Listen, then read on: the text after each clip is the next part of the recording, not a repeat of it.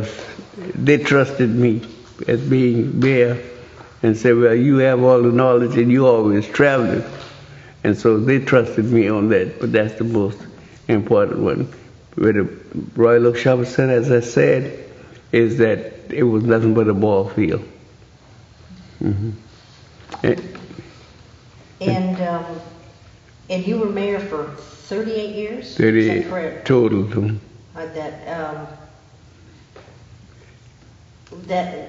If somebody was going into public service now, as a mayor, a lot of things have changed, everything. What advice would you give them? What advice I would give them?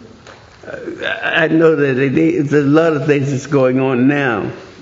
Is to really get involved. In other words, don't sit home and expect things to happen. Get involved in whatever, just shake things up before you make any decision. Because sometimes you really can make the wrong decision too, and then you'll be hung too. And by all means, if you say, for instance, like something happened the other day with another, not put on now, the Ethics Commission. If you do some things that you're not authorized and do it under, say for instance, you do some spending of the town's money or use the town charge card for your personal benefit, you got to go through the Ethics Commission, and that's when the trouble comes in. The Ethics Commission is just like the boss of all politicians, all of them. But you're accountable. Yeah, you go. So you better, if you're going to go into public service, you better be ethical. Better be. And be prepared to be accountable. If you're dealing with the public and using the public funds, you better be careful, because the Ethics Commission, they'll get you. And I would imagine when you were growing up that you never thought about Ethics Commission or how complicated public service was? I never did, really. But right now, see, anytime you're dealing with public funds, I have to use funds for your own personal use. And somebody else on the council will take you to the Ethics Commission. And then that's where the challenge come in, and you would have to pay. Say for instance, they spend $100. You better give an account for that $100, what it's spent for, because it's for out of the town's fund. And then you have to give an account because you're using it for yourself, but you better be careful of that because you have to pay all back. And it all depends on the Ethics Commission as to what charges they'll bring and whatever. Because what they would do now, tell you what they would do. They would dig way back from your background, way back, or for one thing that already happened. They go dig way back and bring up all that stuff in front of you. Because the Ethics Commission, they're the boss. So you better be squeaky clean. Better be good and clean. Yeah. And I know you have some hobbies such as gardening. Have you always been a gardener? Yes, ma'am.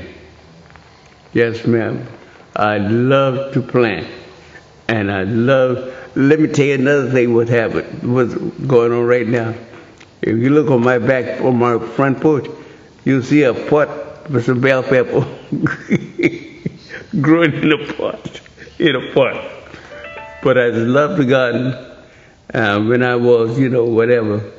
And see, when I could get around, I would use a hoe and, chop areas and put my seed in the ground. But right now, what I'm doing now is being stingy and putting in the flower pot. So when you were growing up, did your family raise crops? Did they also garden? Raise gardens? No, ma'am. No, they did not? No. Because we used to raise hogs, Okay. chicken, rabbit. And let me tell you about the rabbit business. Okay. That's the rabbit, you know, we have the rabbit.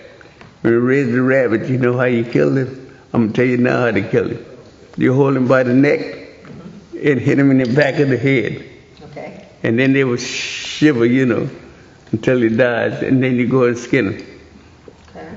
And I used to go and kill raccoon and bring the raccoon back to the house, skin the raccoon and bake the raccoon and put sweet potato around it.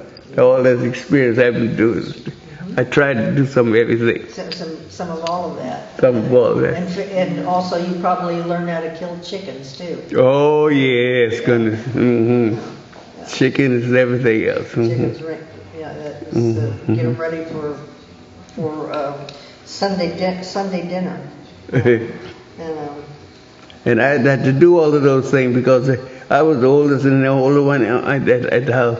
And I had to do all of those things, kind of, you know, take care with my sisters and brothers, you know, that was living together. We even had a wood stove, you know. I'll tell you this too.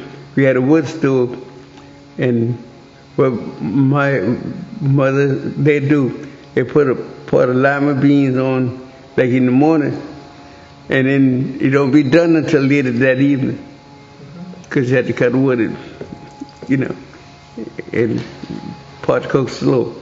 And I guess that's why the food tastes better these days now. So, if you could, what would you like to see? You've probably seen more changes in the town of Port Royal than any of us have seen. What would you hope for the future of Port Royal? For the future, a small business. Small business? Small business come into Port Royal. Okay. And if you get more business in the town of Port Royal, see, what would happen is that would kind of help not to raise the taxes on the citizen, because the business would substitute, you know, the funds that comes into Port Royal. And really, I love to see more business come into Port Royal. How do you think it's a good way to attract businesses to say, come here? I don't know. Okay. I don't know exactly. You've seen probably a lot of businesses. Yeah, this come in, you know. Right. Okay. Yes, ma'am. And now I want to talk to you about crabbing and shrimping and the things that you really love to do. Where exactly in location was your favorite spot? The boardwalk. The boardwalk. Let me tell you this too. Okay. Boardwalk. You might not know this anyway, because I went down there so many times. They even named the boardwalk after me. It says Henry Robinson Boardwalk. Is that your spot? That's my spot. Okay. They even have a couple of streets in Port Royal named after me. It says Robinson Drive or Robinson Street. Being involved so much, that's why the people have gotten